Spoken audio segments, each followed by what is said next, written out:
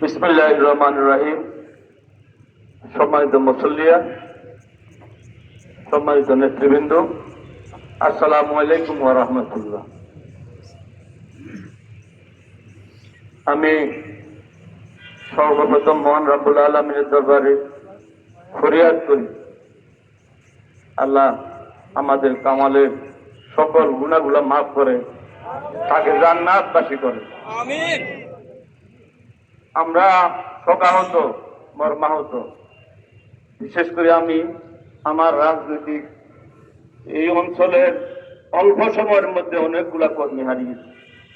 আমাদের কামাল, কামরুল, ইমাম, রিফন সহ অনেকেই এই সড়ক দুর্ঘটনায় মৃত্যুবরণ করেছে। আমি আল্লাহর কাছে ফরিয়াদ করি, আল্লাহ আর যেন আমাদের কোন কর্মীকে আমি দাফন করতে না পারি। আল্লাহ আমাদের কর্মীদেরকে তুমি হায়াত দান করো। কামাল আমার কর্মী ছিল না, সে আমার সন্তানের মতন ছিল। কত গাল দিয়েছি, রাগ করেছি, কোনদিন আমাকে ছেড়ে কোনো দিকে যায় নাই। অনেকে অনেক প্রলোভন দিয়েছে, অনেকভাবে রাজনীতি করার জন্য। এই 17 বছর 1 সেকেন্ডের জন্য আমাকে রেখেছে, কোথাও যায়নি। আমি রাগ করলে হাত পা ধরে আবার আমার কাছে ক্ষমা চেয়ে রাজনীতি করার জন্য এসেছে, রাজনীতি করেছে।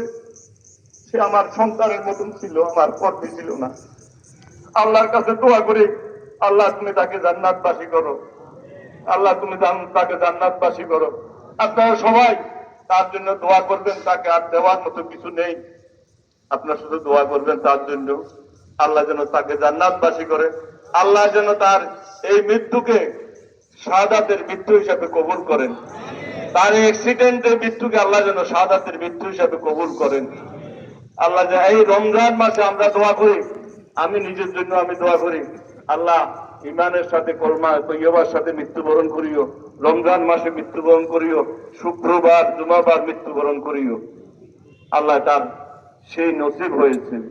রোজা মুখে রেখে জোহরের নামাজ পড়ে মাথায় টুপি দিয়ে গিয়ে অল্প সময়ের মধ্যে সে মৃত্যুবরণ করেছে এই রমজান মাসে। আল্লাহ রমজানের উসিলায় তার সকল গুনাহগুলো মাফ করে দিই।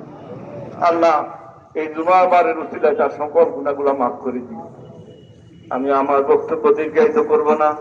তার চলাফেরার পথে দীর্ঘ রাজনৈতিক সময় জীবনে তারও যদি মনে কষ্ট দিয়ে থাকে, তাকে আল্লাহর ওয়াস্তে আপনারা ক্ষমা করে দেবেন। তাকে আল্লাহর ওয়াস্তে সময় ক্ষমা করে দেবেন। তার এই ক্ষমা ছাড়া তার আর কিছু নেই। তার জন্য দোয়া করবেন, তাকে ক্ষমা করে দেবেন।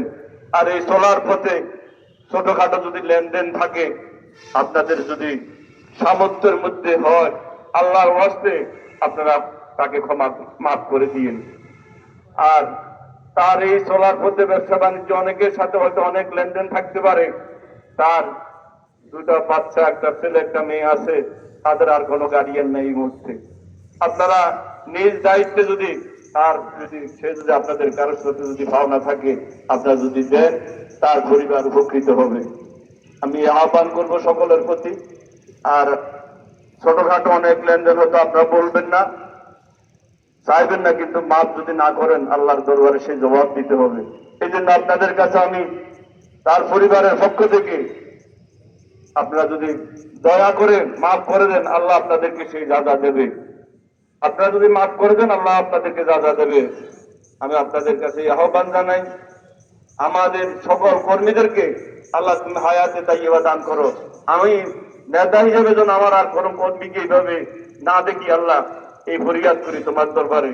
এই ফরিয়াদ করে আমি আপনাদের সকলের কাছে কামালের জন্য আবারও দোয়া চেয়ে আমি আমার সংক্ষিপ্ত বক্তব্য শেষ করছি। খোদা হাফেজ। সবাইকে দোয়া করি, সবাই কামালের জন্য দোয়া করবেন এই আহ্বান জানিয়ে আমি আমার বক্তব্য শেষ করছি। আসসালামু আলাইকুম ওয়া রাহমাতুল্লাহ।